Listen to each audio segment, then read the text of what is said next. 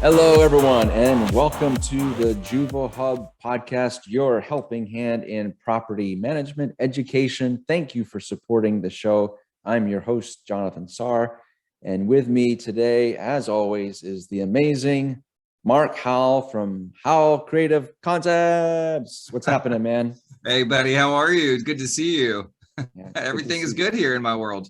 Good. So we got an awesome discussion today about tackling the challenge of difficult conversations in the workplace, and whether it's giving, criticism, critiquing, admonishment, whatever the case may be, it's never easy. And knowing how to handle these situations can be challenging. So we're looking forward to getting your thoughts on that. Know you have a ton of experience in it. We've all been there. And it'll be a nice discussion with some community feedback too. Yeah. So what are the objectives of today's episode? Yeah, we've got some good ones. So, I think we're going to talk a little bit about what happens when issues are not talked about or talked out. Like what happens when you don't want to address them, how to give constructive feedback that shows that you actually care about them and maybe even the conversation, and how does embracing tough workplace conversations make you feel better as a leader or make you a better leader? Yeah. Excellent questions, excellent objectives. So we look forward to chatting about those one at a time. And a big shout out and thank you to all those who participated in our LinkedIn poll. And maybe we can kind of serve that as a part of a framework for our conversation today. So we put out a poll on LinkedIn, which was real simple. How do you handle tough conversations at work? Three results rather: blunt and to the point, avoid them at all costs, and focus on the positive. 58% said blunt and to the point, and 42% said focus on the positive. And then we have some nice comments from a few different people, which we're going to reference throughout the show. So thank you, everyone, for participating in that poll. It was interesting to see, not surprising that there was nobody who said avoid them, but almost a decent split on how you go about them: blunt or focusing on the positive when you're in that tough conversation. So let's kick it off though with the first question, and we'll get your thoughts on it, Mark. So what have you seen? What do you teach? What happens when tough issues at work are not talked about?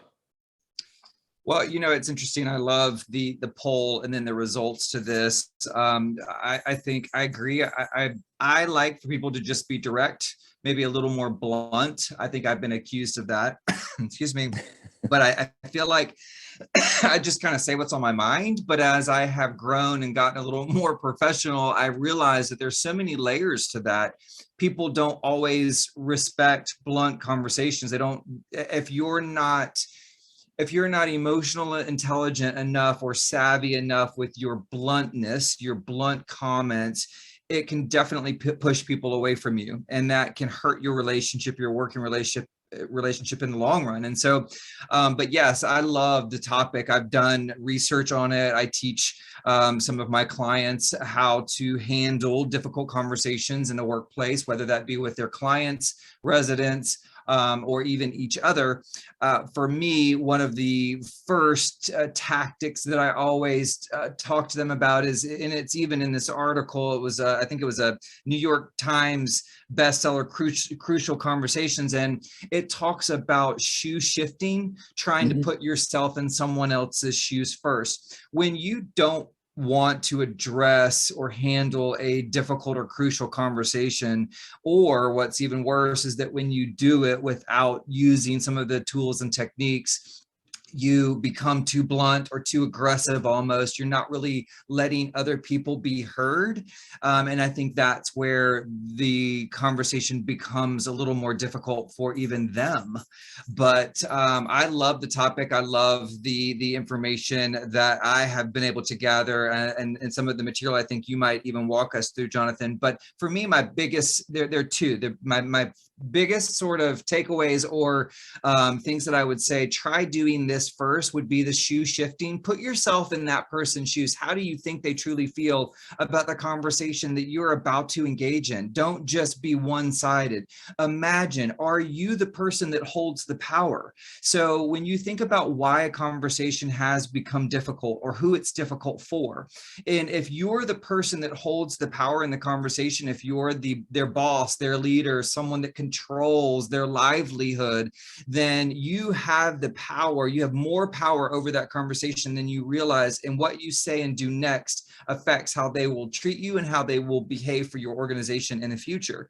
The other thing that I always love to talk about and say is knowing their story.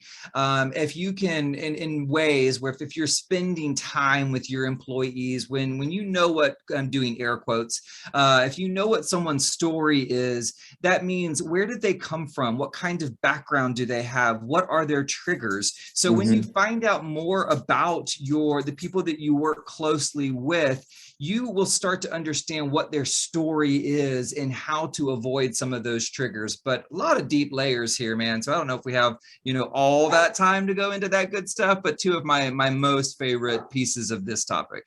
Absolutely. Yeah. And I as always with this show, it's to get community feedback and raise awareness, because sometimes it's obviously with tough conversations, it creates its anxiety, it creates its own level of stress. I was telling you about stuff going on in my world before we got on here, and I'm drinking some kombucha right now to keep my stomach settled. So, right. It's tough conversations can make you feel uneasy. But we're seeing what's the result when perhaps tough conversations are avoided. There's absolutely no doubt that that's contributing to why people continue to move from one job to the next, why there is a talent issue within our industry, why there's such a high turnover. Those are all things that are contributing to it. So to sum it up, being able to create an environment where we can address those tough conversations is going to help with overall morale, and it's going to help with retention. That's unequivocally, it would be really hard for someone to have an opinion that would say that retention and employee talent has nothing to do with managing critical conversations or difficult conversations, because they just exist. They're always there. There's always things that have to be discussed. And you mentioned that that book that some of our commenters on LinkedIn reference, Crucial Conversations. So thank you to Laurel Zacher. Looks like Laurel referenced it, Kara Rice, and I saw one more, and Sharon Couthen. I hope I pronounced your name right. So thank you for referencing that book, and a couple of good books that are mentioned in those LinkedIn comments on how to deal with these things. So thank you for referencing those. So let's go to our next objective, Mark. So it's interesting the contrast between blunt and focusing on the positive. So very two distinct ways of approaching conversations. So how, in your opinion, how does it show that you care? And does that even matter? Like, having those conversations difficult, how should it show that you care? And should that even be a factor? What's your thoughts? Absolutely. Listen, I think the majority of the people that are in our workforce today are what we call the millennials and the Z, is it Z's, X's? No, I can't remember. The Z's, I think. So if you think about their mindset, the mentality is, they want to be heard.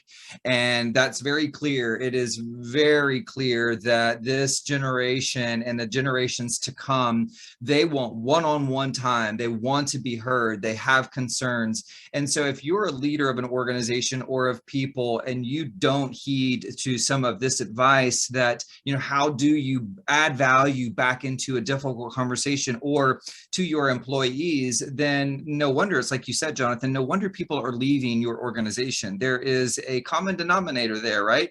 And a lot of people will always tell me, like, it's not always about the money. It's about how they feel they're being treated or how they feel they're being heard. I have left organizations before because of the way that I was just spoken to or treated in such a disrespectful manner that I just knew, like, I don't want my experience, my years of experience to be, devalued. And so my advice is create value in your conversation as a leader. If you know that you're about to have a difficult conversation with someone, you need to show them their ways that you create value, right?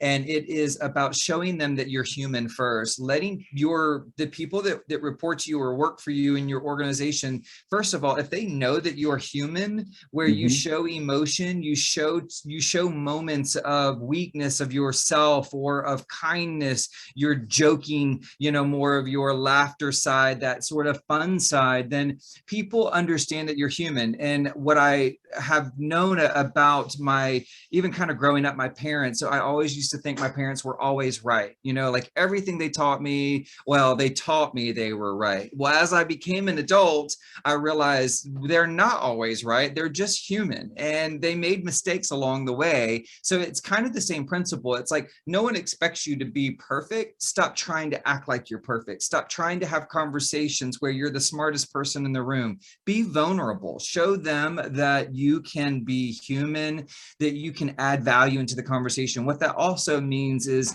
how do you add value into a conversation? You make the person that you're talking to feel valuable by telling them, like, thank you for what you do for our organization. And here's what I see you contribute. And here's what I love that I see about you and your work or whatever. And so for me, adding value can also help sort of protect the longevity of that employee, because then they see, wow, this person really watches my work and thanks me for my work. I actually worked for a woman once who never said anything to me, never said I did a good job or a bad job, nothing at all. And there are in communication, there's good, bad, and then nothing at all. That is the worst. If you never tell someone you're either doing a really great job or you're doing a really bad job here, to not hear anything at all means that you don't care anything about my work. There's no value at all. So that's my advice. Find a way to add value to them and to your conversation.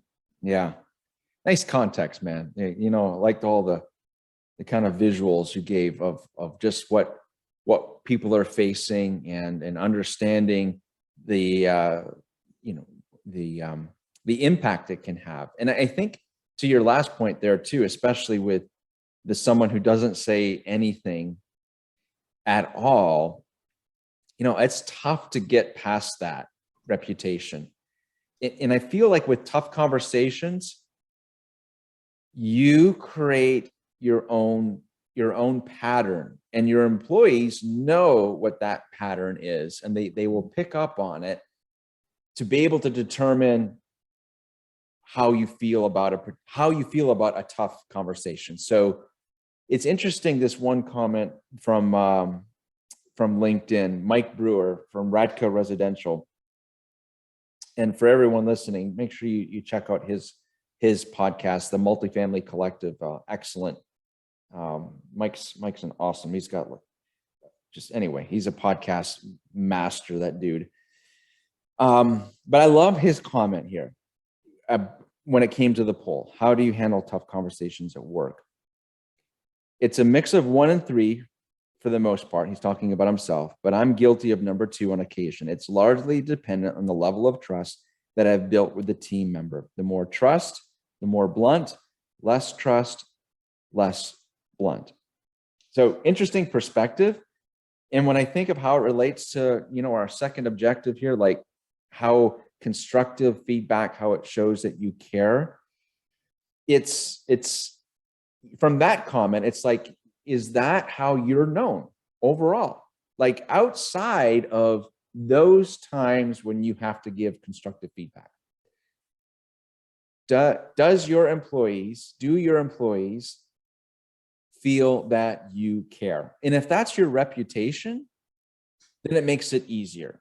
It makes it a lot easier to be able to have those difficult or tough conversations, in my opinion, as opposed to you looking at a conversation and having to have some sort of a scale of, okay, how many things do I need to make sure I say nice about this person before I start talking about the things that they perhaps need some help with? And you're going through like a critical thinking approach on how to have that conversation.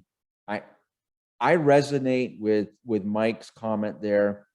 And I think you do too, Mike or Mark, based on your feedback, that if we're trusted, it's going to be easier to have those conversations. Is that how you feel?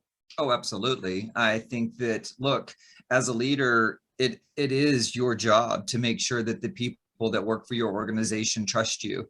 Not everyone is meant to be a leader, and many people fall into these roles that really shouldn't, and then end up doing more damage in an organization and to other people's ability to feel good about themselves, which to me is very damaging. But it's like you said, Mike said he falls to number two, just to avoid them altogether. I've seen many leaders do that, avoid them at all costs, whether that's difficult conversations or the employee, whatever. But when your employees know that they can trust you and know that no matter what mistake they've made, no matter where the conversation has to go, that it will be met with a solution that will benefit both them and the organization, the company, then they're more likely to feel more relaxed about bringing issues to you. What the worst thing that can happen is that when leaders don't build that trust in their teams, and rather than their teams coming to them and addressing, hey, I'm unhappy with this, or this is what's going on, or I've made this mistake,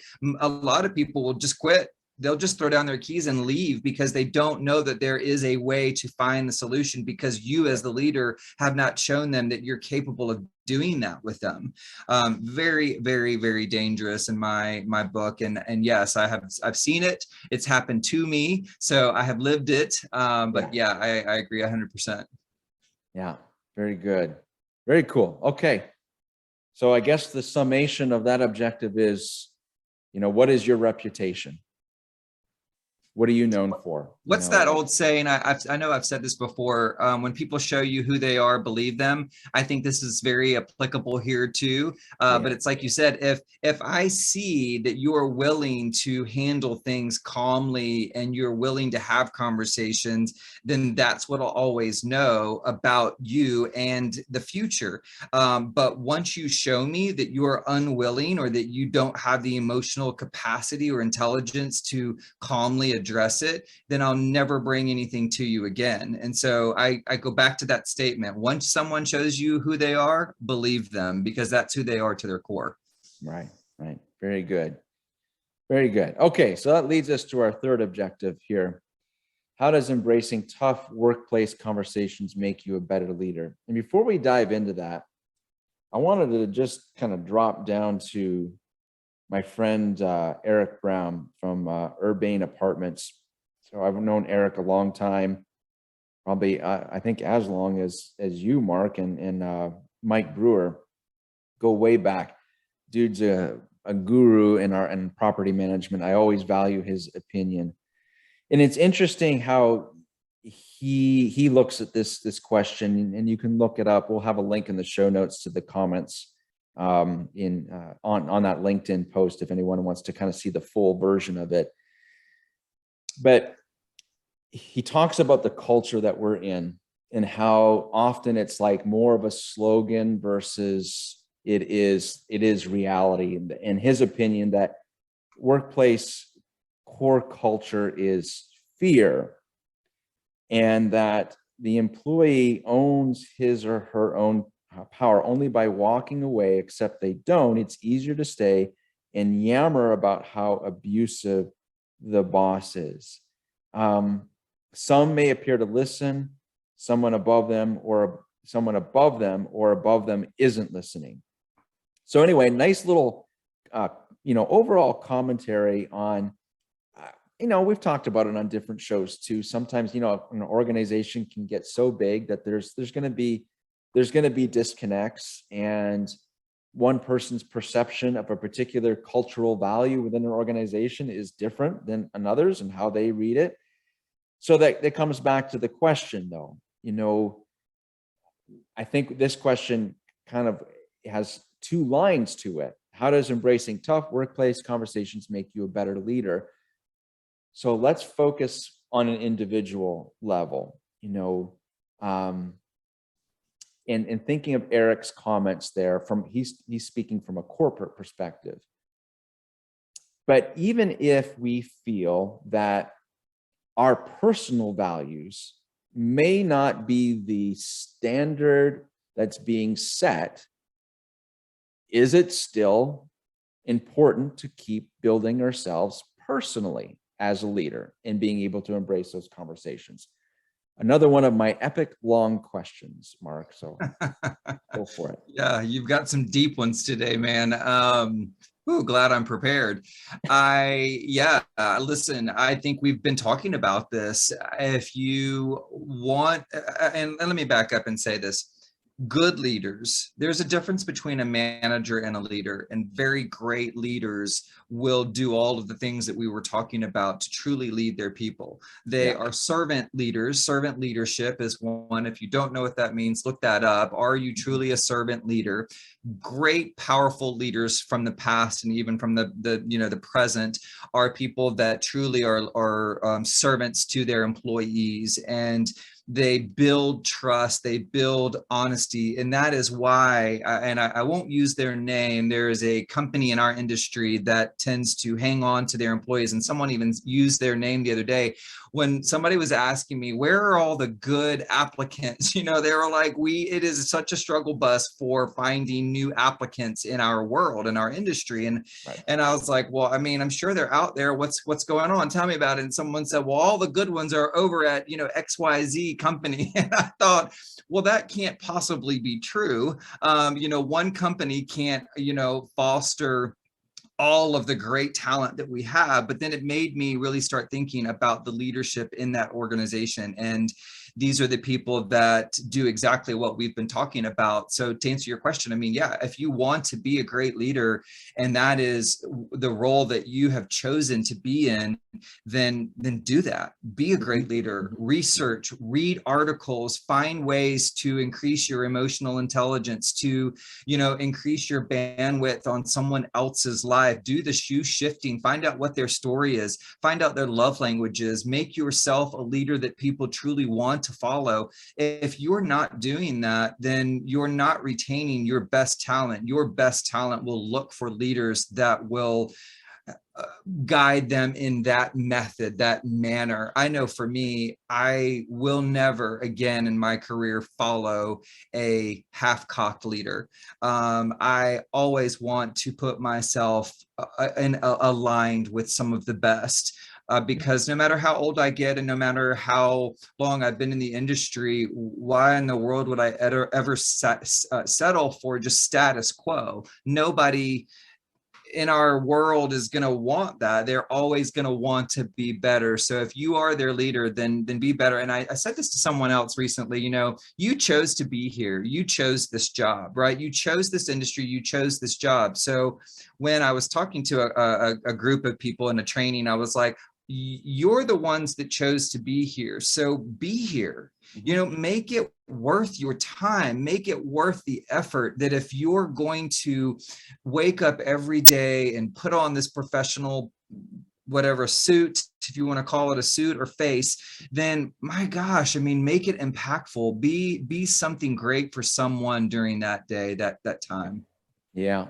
Oh, I love it, man. Yeah, that's awesome. We can't, we can't let other people's particular decisions and how they go about things to affect our overall goals as a leader. So great comments, great references. You said a couple things that made me have just a little visual too, because it's not like you can walk into tough conversations and think, okay, I took a course on this, how to deal with. There is no course. There is nothing that's just like, will actually really prepare you for a tough conversation until you get into a tough conversation and how you deal with it. And you're going to learn from how you dealt with that tough conversation, and you're going to improve upon it. It's like, I mountain bike a ton, and I've biked with people who have never gone up a hill. Like they're the type of bikers, they love biking, and that's fine, but they're like kind of like the trail, like whatever the community trail, it's nice, it's fun, it's a good ride, it's a good exercise. Until you go mountain biking and you hit that first hill you've never ever gone, it will knock you off of your bike because it's difficult. But the more that you do it, the more your skill is going to get there, and you're not going to run out of breath. Same thing for tough conversations. To me, it's like that first hill, that first time you do it, you have to do your own kind of like emotional check. How did I do? What did I say? How did it make me feel? How did it make the person feel that I was talking to? What were the results? And then circle back and like do like a reflection on all of those items. And that will guide you to, doing better, perhaps for that next tough conversation that's going to come. And again, I thank Eric for his comment. We're dealing with such an ongoing shift from a corporate perspective. I think that's probably another whole topic at some point to get into about how do you deal with that. But it does come down to us as individuals, as leaders, and how we can make a difference in someone's day who we don't know all of the other hundreds of challenges that they're already facing in that day. And we have to talk to them about some policy that they broke or some resident complaint, and still give them validation for all of the hard work that they do, and be able to deliver it in a way that they're going to digest and know that, as you mentioned, Mark, that you care about them, and that you want them to succeed in their job. So a lot of emotion in this topic for sure. Oh yeah, for sure. Well, until the next time then. let's wrap it up there. Tough conversation. So thank you everyone for, again, contributing to that poll. Thank you for your comments on LinkedIn. That was a huge help and a bonus for this particular show to get your feedback. And we're going to continue to use polls for some of our shows as they come up to get your feedback on these topics, because your opinion and your experience and your perspective matters to all of our community. So make sure, if you haven't subscribed to us on your favorite podcast app, please do that. Please give us a review. We are also on YouTube and on Instagram at Juvo Hub. And if there are topics that you would like for us to discuss on the show, please reach out to Mark or I. We'd be happy to connect with you and get those topics from you. Mark, how can everyone connect with you? Absolutely. So it's Mark Howell. I'm on LinkedIn, Mark Howell. My company name is Howell Creative Concepts, which is spelled H-O-W-L. So howellcreativeconcepts.com. Awesome. Thank you, everyone, for tuning in to episode 69. Until next time, class dismissed. Bye-bye.